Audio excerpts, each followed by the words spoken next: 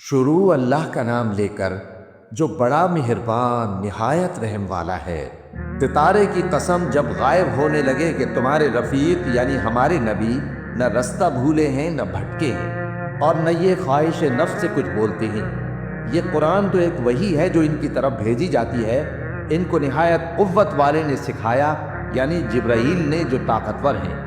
پھر وہ پوری طرح بیٹھے جبکہ وہ آسمان کے اونچے کنارے پر تھے، پھر وہ قریب ہوئے، پھر مزید نیچے آ گئے تو وہ 2 کمان کے فاصلے پر ہو گئے یا اس سے بھی کم۔ پھر اللہ نے اپنے بندے کی طرف جو حکم بھیجا سو بھیجا۔ جو کچھ انہوں نے دیکھا ان کے دل نے اس کو جھوٹ نہ جانا۔ کیا جو کچھ وہ دیکھتے ہیں تم اس میں ان سے جھگڑتے ہو؟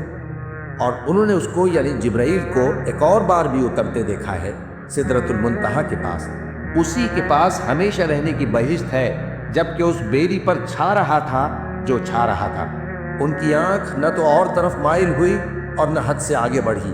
انہوں نے اپنے پروردگار کی قدرت کی بہت ہی بڑی بڑی نشانیاں دیکھی۔ بھلا تم لوگوں نے لات اور عزا کو دیکھا اور تیسری مورتی یعنی منات کو؟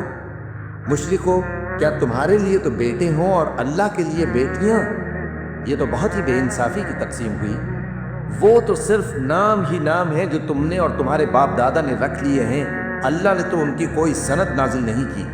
یہ لوگ محض خیال و گمان اور خواہشات نفس کے پیچھے چل رہے ہیں، حالانکہ ان کے پروردگار کی طرف سے ان کے پاس ہدایت آ چکی ہے۔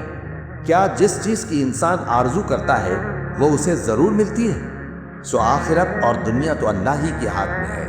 اور آسمانوں میں بہت سے فرشتے ہیں جن کی سفارش کچھ بھی فائدہ نہیں دیتی مگر اس وقت کہ اللہ جس کے لیے چاہے اجازت بخشے اور سفارش پسند بھی کرے۔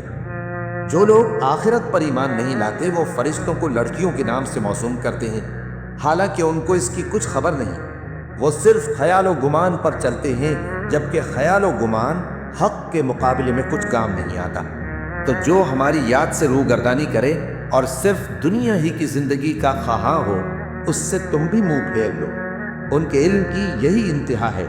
تمہارا پروردگار اس کو بھی خوب جانتا ہے جو اس کے رستے سے بھٹک گیا، اور اس سے بھی خوب واقف ہے جو رستے پر چلا۔ اور جو کچھ آسمانوں میں ہے اور جو کچھ زمین میں ہے سب اللہ ہی کا ہے، اور اس نے خلقت کو اس لیے پیدا کیا ہے کہ جن لوگوں نے برے کام کیے ان کو ان کے اعمال کا بدلہ دے، اور جنہوں نے نیکیاں کی ان کو نیک بدلہ دے۔ جو صغیرہ گناہوں کے سوا بڑے بڑے گناہوں اور بے حیائی کی باتوں سے اجتناب کرتے ہیں، بے شک تمہارا پروردگار بڑی بخشش والا ہے، وہ تم کو خوب جانتا ہے۔ جب اس نے تم کو مٹی سے پیدا کیا اور جب تم اپنی ماؤں کے پیٹ میں بچے تھے تو اپنے آپ کو پاک صاف نہ جتاؤ۔ جو پرہیزگار ہے وہ اس سے خوب واقف ہے۔ بھلا تم نے اس شخص کو دیکھا جس نے منہ پھیر لیا اور تھوڑا سا دیا پھر ہاتھ روک لیا؟ کیا اس کے پاس غیب کا علم ہے کہ وہ اسے دیکھ رہا ہے؟ کیا جو باتیں موسیٰ کے صحیفوں میں ہیں ان کی اس کو خبر نہیں پہنچی؟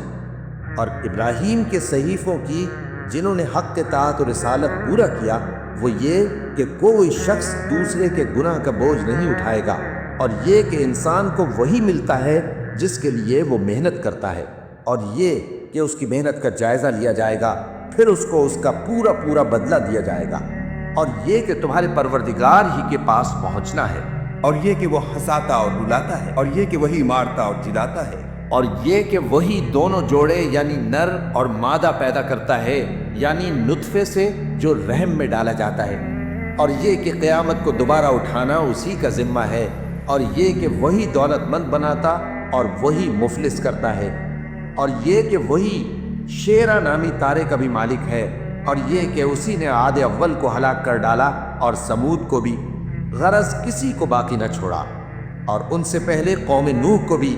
کچھ شک نہیں کہ وہ لوگ بڑے ہی ظالم اور بڑے ہی سرکش تھے، اور اسی نے الٹی ہوئی بستیوں کو دے پٹکا، پھر ان پر جو چیز چھا گئی سو چھا گئی۔ تو اے انسان، تو اپنے پروردگار کی کون کون سی نعمت پر جھگڑے گا؟ یہ پیغمبر بھی پہلے کے خبردار کرنے والوں میں سے ایک خبردار کرنے والے ہیں۔ آنے والی یعنی قیامت قریب آ پہنچی، اس دن کی تکلیفوں کو اللہ کے سوا کوئی دور نہیں کر سکے گا۔ اے کافرو، کیا تم اس کلام پر تعجب کرتے ہو اور ہنستے ہو اور روتے نہیں؟ اور تم غفلت میں پڑے ہو تو اللہ کے آگے سجدہ کرو اور اسی کی عبادت کرو۔